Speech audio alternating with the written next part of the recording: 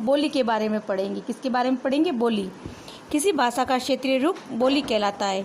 बोली का रूप स्थायी नहीं होता, वह सदा बदलता रहता है। इसका प्रयोग अक्सर एक समूह के लोग अपने भावों या विचारों का परस्पर आदान प्रदान करने के लिए करते हैं। इसका प्रयोग राजकाज में नहीं होता है। हिंदी की कुछ प्रमुख बोलियां हैं हरियाणवी, राजस्थानी, भोजपुरी, ब्रजभाषा, मैथिली, मगधी, छत्तीसगढ़ी, बघेली, कुमाऊनी, कन्नौजी, बुंदेली, मेवाड़ी आदि। अब है साहित्य। साहित्य प्रत्येक भाषा के ज्ञाता और विद्वानों द्वारा जो ज्ञान लिपिबद्ध कर सुरक्षित रखा जाता है वह साहित्य कहलाता है। अर्थात किसी भी भाषा के ज्ञान के संचित कोश को साहित्य कहते हैं। साहित्य के दो प्रकार होते हैं, गद्य साहित्य और पद्य साहित्य। गद्य साहित्य में कहानी, निबंध, नाटक आदि, और पद्य साहित्य में कविता, गीत, दोहे, इसको लय से गाया जाता है। अब है व्याकरण। अब हम क्या पढ़ेंगे? व्याकरण। भाषा और व्याकरण का परस्पर गहरा संबंध होता है। व्याकरण के नियमों आदि के ज्ञान से भाषा के शुद्ध रूप की जानकारी मिलती है। यानी व्याकरण के नियमों आदि के ज्ञान से भाषा के किस रूप की जानकारी मिलती है? शुद्ध रूप की। रश्मि ने कहा, हमने दूध खा ली। राजेश बोला, हम कल ही दिल्ली से आया हूँ।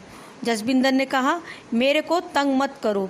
हिंदी व्याकरण की अज्ञानता के कारण ही रश्मि, राजेश और जसबिंदर ने भाषा का अशुद्ध प्रयोग किया।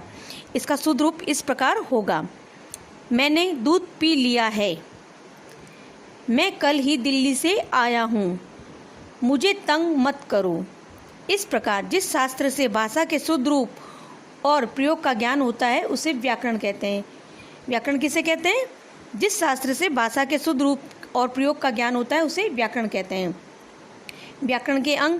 व्याकरण के 3 प्रमुख अंग होते हैं, वर्ण विचार, शब्द विचार और वाक्य विचार। वर्ण विचार, इस विभाग के अंतर्गत वर्णों से संबंधित ज्ञान प्राप्त किया जाता है। शब्द विचार, इस विभाग के अंतर्गत शब्दों से संबंधित ज्ञान प्राप्त किया जाता है। वाक्य विचार, इस विभाग के अंतर्गत वाक्यों से संबंधित ज्ञान प्राप्त किया जाता है। ओके, अब मैं कुछ प्रश्न उत्तर दे रही हूँ जो आपको करने कंपल्सरी है। उचित विकल्प पर राइट का चिन्ह लगाइए। पहला और दूसरा आपने किया हुआ है। थर्ड है व्याकरण के प्रमुख अंग, अ 2, ब 5, स 3। कौन सा इसमें राइट उत्तर? 3 पे राइट लगाओ और इसको कॉपी में करना है। सही शब्द चुनकर खाली स्थान भरिए। 1, 2, 3 तक की हुई है। हम शुद्ध अशुद्ध भाषा का ज्ञान खाली जगह से प्राप्त करते हैं। साहित्य से प्राप्त करते हैं या व्याकरण से? व्याकरण से। तो व्याकरण इसमें टिक लगाओ और इसमें भरना है, फिर कॉपी में करना है। थर्ड क्वेश्चन है फिफ्थ क्वेश्चन है, भारत के संविधान में खाली जगह भाषाओं को मान्यता दी गई। कितनी भाषाओं को मान्यता दी गई है? 22 भाषाओं को। 22 पे राइट लगाओ और इसमें फिल करो, फिर कॉपी में करना है। फिर है ग, निम्नलिखित स्तंभों का सही मिलान कीजिए, यानी मैच द में ही इसको मिलाना है। हिंदी हमारी राष्ट्रभाषा है, 1 नंबर लगाओ इस पर, ग पे। राजस्थानी एक बोली, इसको भी टिक लगाओ, मिलाना है। रोमन अंग्रेजी भाषा की लिपि, इसको भी राइट करो, ऐसे मिला के फिर कॉपी में करना है। उर्दू फारसी इसकी लिपि है। फिर है लिपि, ज्ञान भाषा के लिखने का ढंग, साहित्य ज्ञान का संचित कोश। ऐसे लाइनें बना के, लाइनें खींच के कॉपी में करना है। फिर सही वाक्य के सामने राइट और गलत वाक्य के सामने क्रॉस का चिन्ह लगाइए। भाषा मन के भावों को आदान प्रदान का साधन है, राइट या रॉन्ग? राइट।